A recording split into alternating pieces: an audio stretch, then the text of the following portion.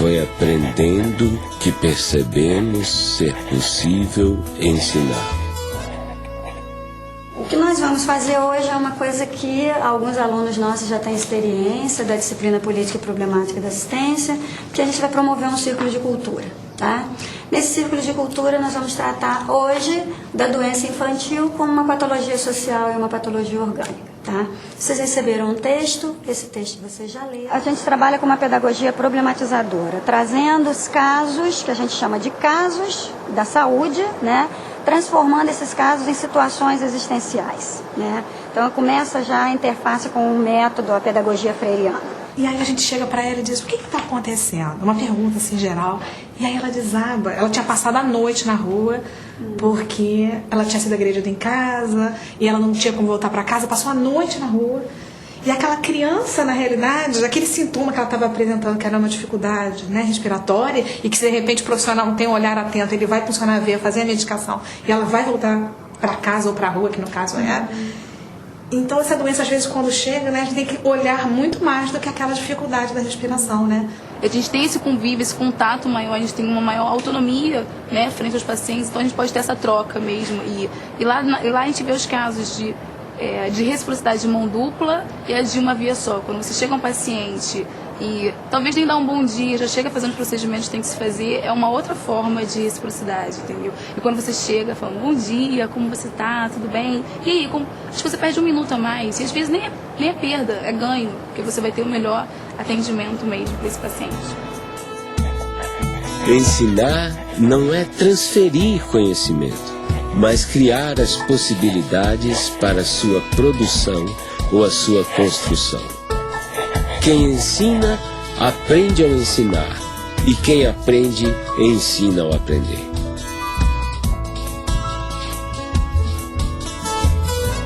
Pedagogia do Oprimido, que é um livro que já estava praticamente pronto em 68, mas que saiu publicado pela primeira vez em 70, e que é o principal livro do Paulo Freire, o mais importante. Há pouco tempo encontrei esse livro, Pedagogia do Oprimido, 15ª edição. E aí, quando abri o livro, me surpreendi com uma série de anotações do próprio Paulo Freire, do punho dele. Ou seja, é bom até avisar os leitores que a edição autorizada para ser lida mesmo é da 16ª em diante da Pedagogia do Oprimido, porque ele corrigiu o livro todo. Mas o que é mais interessante, isto contesta, é uma das provas do rigor do Paulo Freire com relação ao pensamento. Eu considero a obra de Paulo Freire, e ele também a considerava, eu ouvi depoimentos dele nesse sentido, não como a obra do terceiro mundo. Disse, eu não quero escrever uma pedagogia exclusiva para o terceiro mundo, né?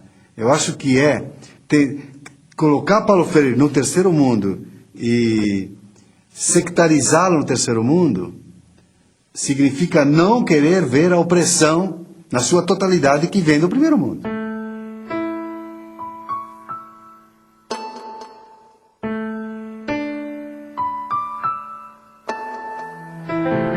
Ela foi a primeira leitora da pedagogia do oprimido, né?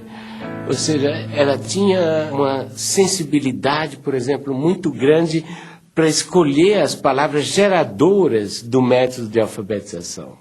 E a Elza era uma grande educadora e que, inclusive, não acreditava que eu fosse outra coisa que não educador mesmo. Quer dizer, eu me lembro de uns sonhos que eu andei tendo na minha mocidade de ser juiz de direito, de fazer uma carreira por aí, e ela me dizia, rindo, apesar de todo o respeito que eu tenho pela magistratura, eu acho que você é mesmo um educador. Porque era um diabo de um amor, rapaz, tão soberanamente amor, mas amor no sentido de desprendimento, amor no sentido de consciência do outro. Olha só que coisa, né? Ela teve um papel indiscutível na minha vida durante um longo período em que nós vivemos sem hiatos, não? Casados durante 42 anos. É um tempão, um negócio fantástico. Quando minha mãe morreu, meu pai morreu também. Morreu e Eu escrevi até um poema falando disso. Quando minha mãe morreu, eu perdi meu pai, né? Fiquei órfã de pai e mãe, e vou por aí. E ficou um pedaço de pai conhecido e um pai completamente desconhecido, que era aquele meio morto, né? Quando a Elza morreu, é óbvio que um cara que amou desse jeito, quando morreu, a pessoa que ele amou, morreu nele e com ele um bando de coisa. E, inclusive, morreu a vontade de viver.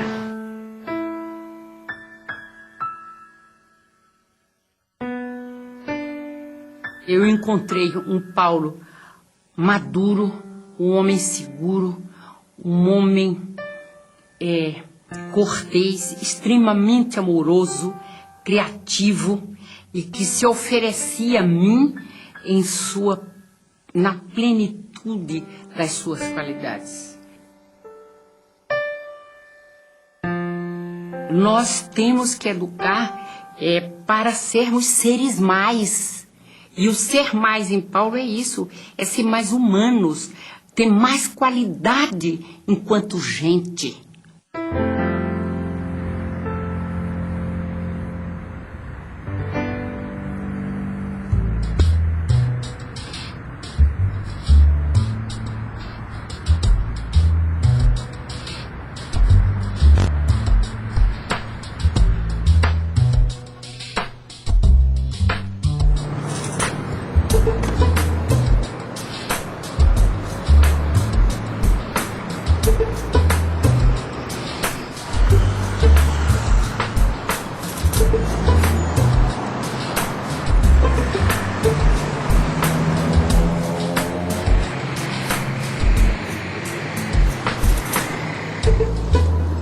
O MOVA é um movimento de alfabetização, né, que surge junto às camadas populares, buscando uma nova maneira e uma nova perspectiva de alfabetização, né, vinculada principalmente a esse pensamento e essa filosofia freiriana.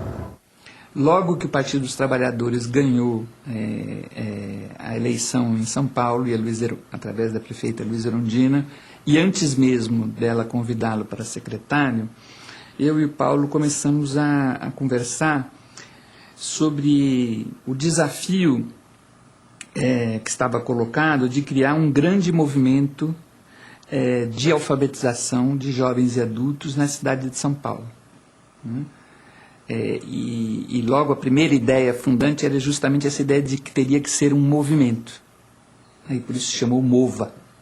Eu acho que uma das tarefas da educadora progressista hoje, com relação aos movimentos populares, é exatamente aprendendo com eles, com os movimentos populares, ensinar também. Quer dizer, não há por que temer, que tem o dever e a tarefa e o direito de ensinar também aos movimentos. De jeito nenhum eu jamais me entregaria aos movimentos como eterno discípulo deles. Mas de jeito nenhum, porque é mentira e é falso. Também não sou o eterno professor dos movimentos, mas eu sou o educador. É uma maneira diferente de aprender, entendeu? É uma maneira que eu não aprendi assim na escola, entendeu? Eu fiz até a 8ª série e muita coisa daqui não foi ensinado na escola. Aqui dentro do estado de São Paulo, trabalhando com esse público de catadores de materiais recicláveis e através da alfabetização, da leitura, da escrita, da matemática, das ciências, está ajudando as pessoas a se envolver um pouco mais nesse contexto e entender um pouco mais esse trabalho que elas fazem. E está instrumentalizando principalmente para que eles possam ser aceitos e inseridos dentro da sociedade que a gente vive. Eu não sabia como lidar com o preconceito das pessoas, entendeu? E aqui nas aulas eu estou aprendendo como lidar com isso, entendeu? O pessoal fala, nossa, mas você cata lixo? Não, eu não cato lixo, eu reciclo, entendeu? Lixo é o que você faz na sua casa.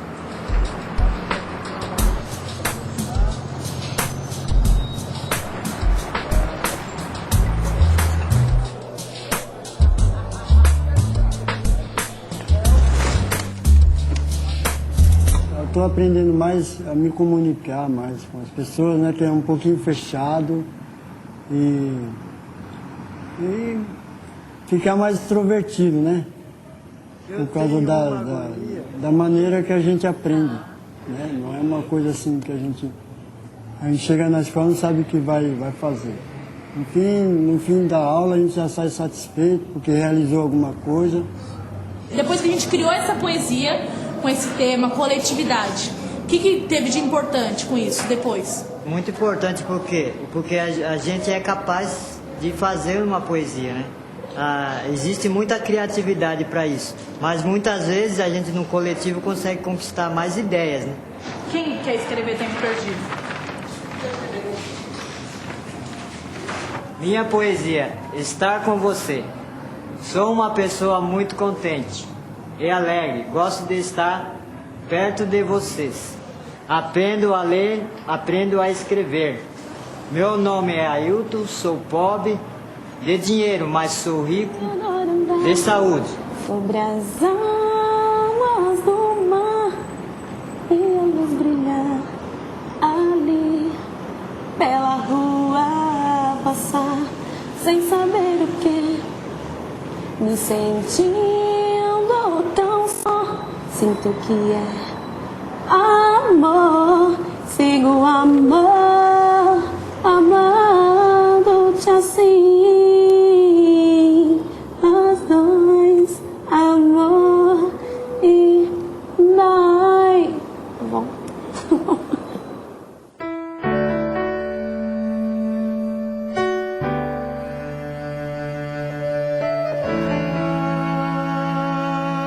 Eu acho que a gestão Paulo Freire à frente da secretaria marcou, né, para sempre a possibilidade, né, do desenvolvimento de uma educação pública, popular e democrática. Eu acho que houve uma preocupação, né, muito profunda com valorizar, né, a figura dos educadores e das educadoras da rede municipal. E aqui é preciso fazer um parênteses para dizer que eram considerados educadores e educadoras não só os professores, mas todas as pessoas que constituíam, né, o espaço da escola, a merendeira, o zelador, os funcionários, né? Eu sou um intelectual que não tem medo de ser amoroso. Eu amo as gentes e amo o mundo. E é porque amo as pessoas e amo o mundo que eu brigo para que a justiça social se implante antes da caridade.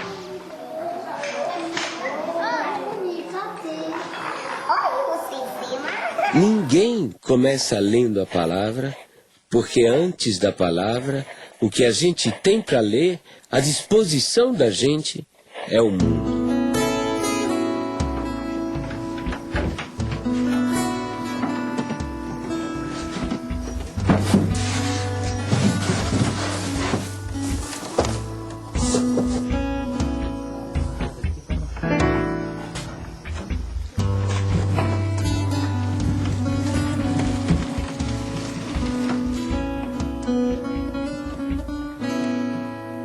Se não tivesse esse curso aí, né, nós não aprendíamos mais a ler, não aprendia nada, ia ficar pro resto da vida sem saber ler nada. Porque a pessoa que não sabe ler, praticamente ele é cego, né?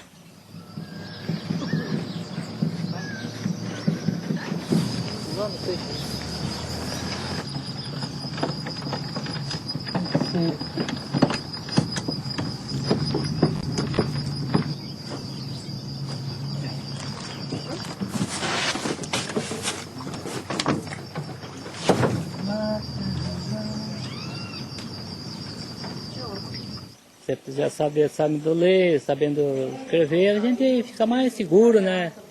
Tem mais jeito para chegar, conversar, né? Então, nós gostaríamos de saber se esse projeto que nós estamos trabalhando com vocês, se desenvolveu alguma coisa boa. Por isso que eu escolhi uma palavra para comentar com você, para comentar nesta aula, né? Então, essa palavra é cidadania. Chega em casa, olha, que a professora me deu isso, tem lição para me fazer. Se entende, dá uma força aqui para mim, me explica. Se eu entendo, eu dou uma força para ele, ensino ele. Ensino ele para se desembaraçar mais, né, na lição. Mas eu acho que ele aprendeu bem mesmo. Esses meses que ele está na escolinha. Porque a gente que trabalha de empregada doméstica, assim, né? A pessoa não sabe dos produtos que tem que passar para limpeza, né? E assim, aprendendo a ler já é uma força, né? Boa, né? Sabe o produto que vai usar. Vem aqui, filha. Sabe o produto que vai usar e deu uma força boa. Ela vai na escolinha comigo também todo dia. E ela tá fazendo o prezinho. Eu aprendo mais com ela, né? Ela aprende comigo. Assim a gente vai indo.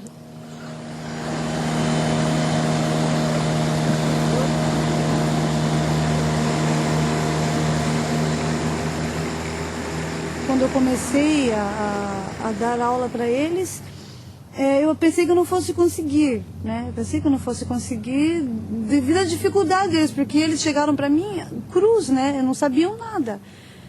Aí eu comecei, passou umas 2 ou 3, acho que não chegou um mês de aula, chegou uma das alunas e falou: Miriam, eu consegui ir na Previdência Social, sozinha. E fiquei até emocionada, né? Quando eu vi assim, né, o Ministério, né? Aí, olhei assim, aprendi a ler para mim, era uma emoção. Porque na época a gente era jovem, um dia não tinha oportunidade para estudar, né? Eu só trabalhava. Então, eu dei graças a Deus, né? Por essa oportunidade, né? Que a gente teve agora de estudar, porque tudo tem seu tempo, certo, né? A alfabetização é uma experiência criadora. E significa que o alfabetizando tem que criar, tem que montar, para usar uma expressão mais técnica, o seu sistema de sinais gráficos. Quer dizer, ele tem que ser, no fundo, o arquiteto desta produção ou desta criação, obviamente ajudado, ou ele ou ela, ajudado pela educadora ou pelo educador. Para mim, deu muito serventia, né? Porque eu tinha problema de falta de letra. Para me escrever, eu comia muitas R, trocava assim, sabe? Agora não.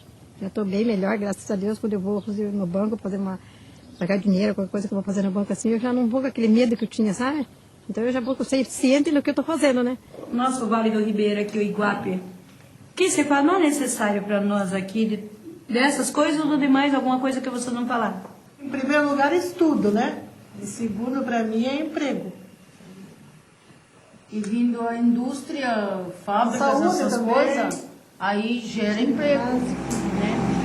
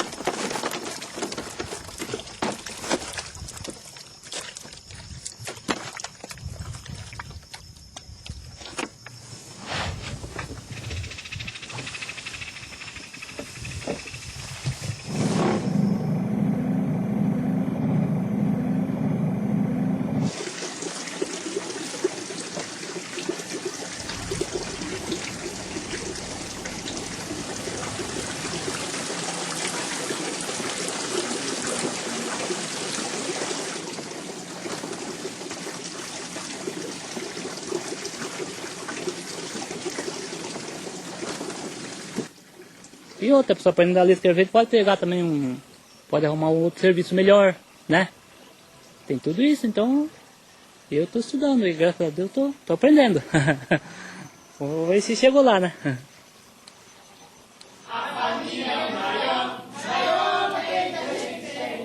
É feliz, quem não tem, ela tanto gosta de repetir também.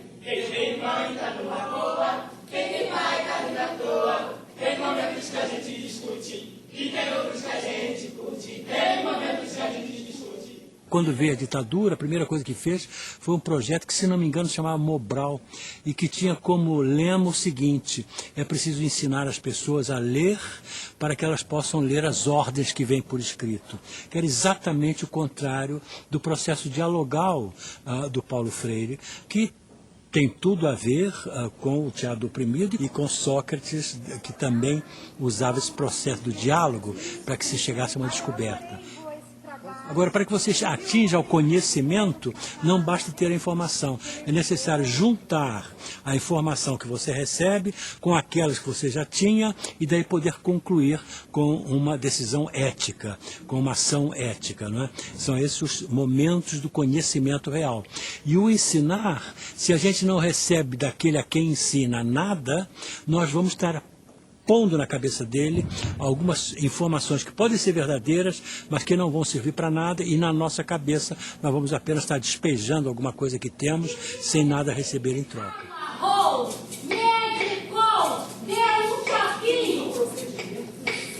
Eu não tenho dúvida nenhuma de que eu não posso ser entendido fora de uma compreensão da ética em mim e da política em mim. Eu acho que nenhum educador, nenhum pensador da educação está afastado disso. Quer dizer, a educação, enquanto formação humana, é um esforço indiscutivelmente ético e estético. Quer dizer, não há como separar também a decência da boniteza. Entende? Quer dizer, a educação, enquanto busca de boniteza, necessariamente procura a decência do ser.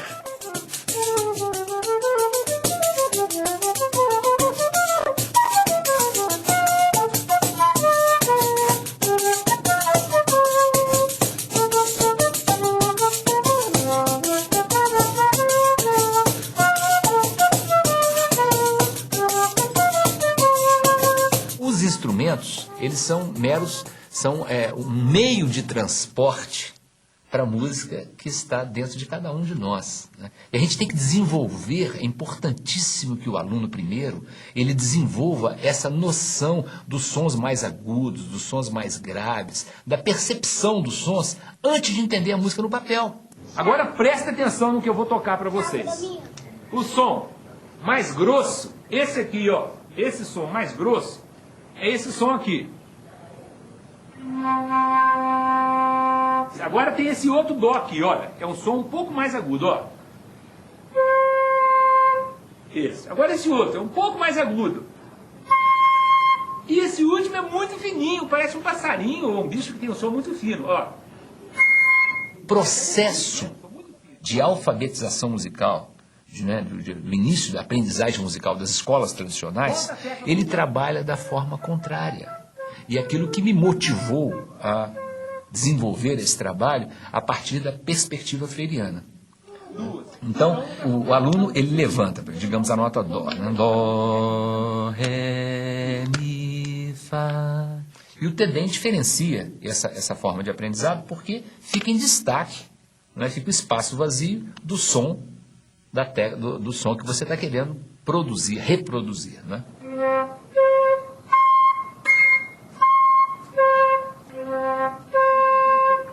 Qual foi? Isso, muito bem, os dois acertaram. A ecopedagogia é um capítulo da pedagogia do oprimido. Por quê? Se a gente considera a Terra como um ser vivo e em evolução, hoje essa Terra é um grande oprimido. Nós vivemos de forma insustentável. Nós temos tudo para destruir o planeta, não pelas bombas atômicas. Nós podemos destruir hoje o planeta pelo modo insustentável de vida que vivemos nesse planeta. Então, nós temos que refundar os princípios da pedagogia para que ensine as crianças, jovens e adultos a viverem de forma sustentável, a terem um estilo de vida sustentável. Então, eu creio que esse vai ser o grande tema do século XXI. E Paulo Freire é esse educador do século XXI, porque estava extremamente ligado a essa temática da sustentabilidade. Quer dizer, há pessoas que me consideram um sonhador E eu sou um sonhador, mas não um sonhador maluco. Entendeu? Mas há pessoas que me consideram um idealista, mas um idealista perigoso. Entendeu? E para mim, não. Para mim, a esperança faz parte disso que a gente vem chamando natureza humana. Eu gostaria de ser lembrado como um sujeito que amou profundamente o mundo e as pessoas, os bichos, as árvores, as águas, a vida.